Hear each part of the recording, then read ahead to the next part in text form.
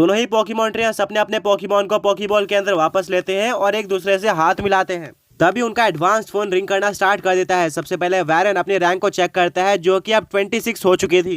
Battle से पहले Warren की रैंक 27 थी, यानी कि वो एक रैंक आगे बढ़ चुका था एंड प्रूफ कर दिया था कि क्यों उसको एक इलाइट पोकेमॉन ट्रैक कंसीडर किया जाता है। वहीं पर दूसरी तरफ केडन भी अपनी रैंक चेक करता है। ऐश के अगेंस्ट हारने के चलते केडन की रैंक ऑलरेडी काफी डिक्रीज हो चुकी थी, बट अब उसकी नई रैंक डिस्प्ले होती है। उसकी रैंक 62 से 67 हो चुकी थी, यानी कि अब उसकी 5 और रैंक कम हो चुकी थी। केडन काफी डिसअपॉइंटेड हो जाता है। कुछ ही टाइम के अंदर उसकी 17 रैंक कम हो चुकी थी, जो कि किसी भी पोकेमॉन ट्रैक के लिए काफी बेकार फीलिंग थी। ब्रॉक बोलता है एटलीस्ट तुम्हारी रैंक ज्यादा ड्रॉप नहीं हुई। ऐश से हारने के बाद तुम्हारी डायरेक्टली 12 रैंक कम हुई थी, बट इस बार तुम्हारी रैंक सिर्फ और सिर्फ 5 कम हुई। मिस्टी कहती है एग्जैक्टली ऐसा इसलिए है क्योंकि ऐश ने केडन को पूरी तरह से क्लीन स्वीप कर दिया था बिना कोई पोकेमॉन हारे। वहीं पर वैरन वर्सेस केडन की बैटल काफी क्लोज थी। ऐश बोलता है केडन जीतने के काफी करीब था।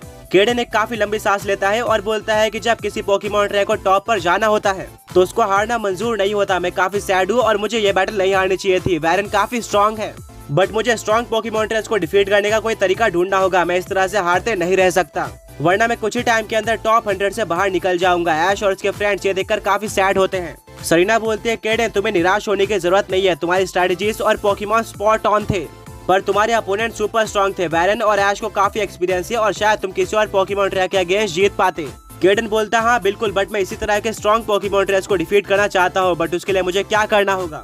वैरन रिप्लाई करता है कि मे भी तुम्हें किसी नए अप्रोच का यूज करना चाहिए। ऐश बोलता है तुम्हारा थॉर्नक सॉलिड था, पर बाकी दो पोकेमॉन उतना अच्छा परफॉर्म नहीं कर पा रहे। तुम्हें किसी नए पोकेमॉन को ऐड करना होगा जिसके पास यूनिक एबिलिटीज हो एंड अपोनेंट को इसके बारे में कोई भी अंदाजा नहीं हो। केडन एक स्माइल लेता है और बोलता है कि तुम जैसे टॉप पोकेमॉन ट्रेनर से एडवाइस लेकर मुझे काफी अच्छा लगा और मैं जरूर इस चीज पर काम करूंगा।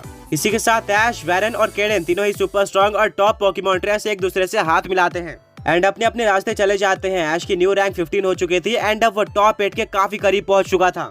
ऐश और भी पोकेमॉन ट्रेनर से बैल करने का वेट नहीं कर सकता था, उसको जल्दी अपनी रैंक इंक्रीज करनी थी। अब ऐश और उसके फ्रेंड्स आगे बढ़ते हैं। तभी सरीना बोलते हैं कि मुझे ऐसा लग रहा है कि कोई हमें देख रहा है और फॉलो कर रहा है, पर बाकी सारे लोगों को ऐसा नहीं लगता और वो सरीना के बात को इग्नोर कर देते हैं। पर तभी झाड़ियां हिलना स्टार्ट हो जाती है। ऐश बोलता है 1 मिनट वहाँ पर कुछ है। तभी एक काफी तेज आवाज आती है। यह आवाज इतनी तेज थी कि पेड़ों से पत्ते भी गिर जाते हैं। ब्रॉक बोलता है कि यहाँ पर एक पोकेमॉन हो सकता है, अगर हाँ तो वो काफी पावरफुल है। सरीना बोलती है हमें अलर्ट रहना होगा, वो पोकेमॉन हमारे ऊपर कभी भी अटैक कर सकता है। तभी उनके सामने एक पोकेमॉन आ जाता है। ये पोकेमॉन रेड कलर का था और इसके पास विंग्स होते हैं। ये पोकेमॉन देखा हुआ लग रहा था। बिना किसी टाइम वेस्ट के ऐश अपने पॉकेडेक्स को बाहर निकालता है, जिससे उसको पता चलता है कि ये ब्लेज़ीरैप्टर पोकेमॉन है जिसकी टाइपिंग फायर और फ्लाइंग टाइप है। ऐश बोलता है 1 मिनट, क्या ये वही पोकेमॉन है जिसको वैरन ने केडन के अगेंस्ट यूज किया था। मिस्टी बोलती है हाँ मैं भी यही सोच रही थी। वैरन ने अपने लास्ट पोकेमॉन की तरह ब्लेज़ीरैप्टर को यूज किया था, जो कि उसका पार्टनर पोकेमॉन भी था। ये वही पोकेमॉन है जिसने गार्गलॉन को डिफीट करके वैरन को बैटल जिता दी थी। ऐश बोलता है अमेजिंग, मुझे तो ये पोकेमॉन देखते ही काफी पसंद आ गया था। ये काफी कूल और फास्ट पोकेमॉन है जो कि मुझे बैटल्स में काफी हेल्प कर सकता है।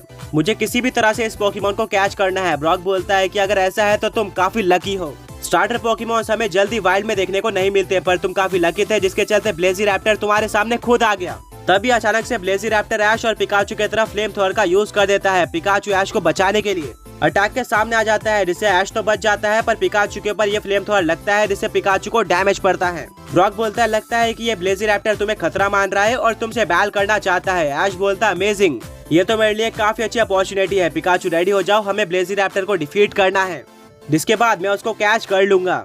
आगे बढ़ने से पहले पिछले पोकी क्विज के विनर्स ये रहे एंड आज का क्वेश्चन ये है कि ऐश के जर्नी का सबसे पहला फायर टाइप पोकेमॉन कौन सा था। बैटल शुरू हो जाती है। ब्लेज़ीरैप्टर काफी स्पीड से पिकाचू की तरफ बढ़ता है और उसके क्लॉस आग में ग्लो कर रहे होते हैं, जिनका यूज करके वो पिकाचू के ऊपर अटैक कर देता है। ब्रॉक बोलता है वाव, ये तो एक काफी इनक्रेडिबल अटैक था। शायद से ये फ्लेम क्लॉ है। पिकाचू को डैमेज पड़ता है, बट वो काउंटर में डायरेक्टली आयरन टेल अटैक का यूज कर देता है, जिससे ब्लेज़ीरैप्टर को भी डैमेज पड़ता है। बट अब डायरेक्टली ब्लेज़ीरैप्टर अपने सिग्नेचर अटैक ब्लेजिंग रश का यूज कर देता है, जिससे ब्लेज़ीरैप्टर की पूरी बॉडी फ्लेम में कवर हो जाती है और वो काफी स्पीड से पिकाचू की तरफ बढ़ रहा होता है एक टैकल अटैक यूज करने के लिए। मिस्टी बोलती है ब्लेज़ीरैप्टर के पास तो काफी अच्छा अटैक है, ये एक फ्लेमिंग टैकल है, वो भी मैक्स स्पीड से। ब्लेज़ीरैप्टर पिकाचू की तरफ बढ़ रहा होता है। ऐश बोलता है पिकाचू काउंटर करो वोल्ट टैकल के साथ। ब्लेजिंग रश और वोल्ट टैकल दोनों अटैक आपस में टकरा जाते हैं, जिससे काफी बड़ा एक्सप्लोजन होता है। देखने को मिलता है कि पिकाचू के वोल्ट टैकल ने ब्लेज़ीरैप्टर के ब्लेजिंग रश को कुछ हद तक ओवरपावर कर दिया था, जिससे ब्लेज़ीरैप्टर को डैमेज पड़ता है। बट सरप्राइजिंगली ब्लेज़ीरैप्टर ने इस अटैक को सह लिया था। वो नहीं हारता। यह शॉकिंग इसलिए था क्योंकि पिकाचू कोई नॉर्मल पोकेमॉन नहीं है, इससे पहले उसने काफी स्ट्रॉन्ग पोकेमॉन्स को डिफीट किया है। एंड अगर कोई वाइल्ड पोकेमॉन ऐसे किसी पोकेमॉन के अटैक को सह सकता है तो वो एक काफी बड़ी फीट है। इससे प्रूफ हो जाता है कि अब ब्लेज़िरैप्टर काफी स्ट्रॉन्ग है। अब तो ऐश इसको किसी भी तरह से कैच करना चाहता था। ऐश बोलता है पिकाचू अभी थंडरबोल्ट का यूज करो। दूसरी तरफ से ब्लेज़िरैप्टर यूज करता है ब्लेज किक का। ब्लेज़िरैप्टर के ऊपर थंडरबोल्ट लग जाता है, बट वो इस अटैक को सहते हुए पिकाचू की तरफ बढ़ता है और ब्लेज किक का यूज कर देता है, जिससे पिकाचू उड़ते हुए जमीन पर गिरता है और उसको डैमेज पड़ता है। मिस्टी बोलते है वाव, ये पोकेमॉन तो सच में स्ट्रॉन्ग है। ब्लेज़िरैप्टर रुकने को तैयार नहीं था, वो पिकाचू को कोई भी मौका नहीं देना चाहता था, इसीलिए वो यूज करता है फायर पंच अटैक का। ऐश बोलता है पिकाचू ब्लेज़िरैप्टर को पास आने दो। पिकाचू बिल्कुल ऐसे करता है और बिल्कुल लास्ट मोमेंट पे ऐश बोलता है पिकाचू अभी electro web. Pikachu electro web का यूज कर देता है ब्लेज़िरैप्टर पर, जिससे ब्लेज़िरैप्टर उस नेट के अंदर फंस जाता है और अपने अटैक का यूज नहीं कर पाता है। ऐश बोलता है पिकाचू बहुत बढ़िया, यही हमारा गोल्डन चांस है, अभी आयरन टेल अटैक का यूज करो और ब्लेज़िरैप्टर को फिनिश कर दो। पिकाचू ब्लेज़िरैप्टर के सर पर आयरन टेल अटैक का यूज कर देता है और ब्लेज़िरैप्टर जमीन पर गिर जाता है। बिना किसी टाइम वेस्ट के ऐश एक पोकेबॉल को बाहर निकालता है और ब्लेज़िरैप्टर के ऊपर फेंक देता है। अब वेट था तो सिर्फ और सिर्फ कंफर्म होने का कि क्या ऐश ब्लेज़िरैप्टर को कैच भी कर पाया है या फिर नहीं। पोकेबॉल 3 बार शेक होता है और फाइनली सील हो जाता है, यानी कि ऐश ने फाइनली एक न्यू पोकेमॉन कैच कर लिया था।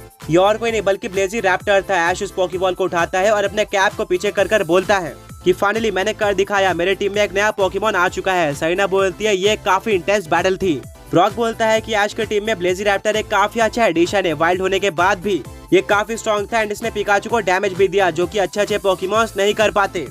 इसके अंदर काफी पोटेंशियल है और हमें पता है कि ऐश लेजेंडरी पोकेमॉन्स को पकड़ता नहीं है, बल्कि नॉर्मल पोकेमॉन्स को ही ट्रेनिंग करके लेजेंडरी बना देता है। अगर ब्लेज़िरैप्टर को ट्रेन किया जाए तो शायद वो एक दिन ऐश के चार्जार्ड को भी राइवल कर सकता है। ऐश उस पोकेबॉल की तरफ देखता है और ब्लेज़िरैप्टर को बाहर निकालता है। ब्लेज़िरैप्टर ऐश की टीम में आकर काफी खुश था। ऐश बोलता है ब्लेज़िरैप्टर तुम्हारा हमारी टीम में स्वागत है। तभी ब्लेज़िरैप्टर फ्लेम थ्रोअर का यूज करता है, जो कि डायरेक्टली ऐश के ऊपर लग जाता है। ब्रॉक, मिस्टी और सरीना हंसते हैं और बोलते हैं शायद ये ब्लेज़िरैप्टर के थैंक यू कहने का तरीका है। ऐश हंसता है और बोलता है कि अगर ऐसा है तो ऑलराइट ब्लेज़िरैप्टर, हम अब साथ में काफी ट्रेनिंग करेंगे और काफी ऊंचाइयों को छुएंगे। काफी टाइम बाद ऐश की टीम में एक न्यू मेंबर ऐड हुआ था। देखना होगा कि ये पोकेमॉन आगे जाकर कितना स्ट्रॉन्ग बनता है।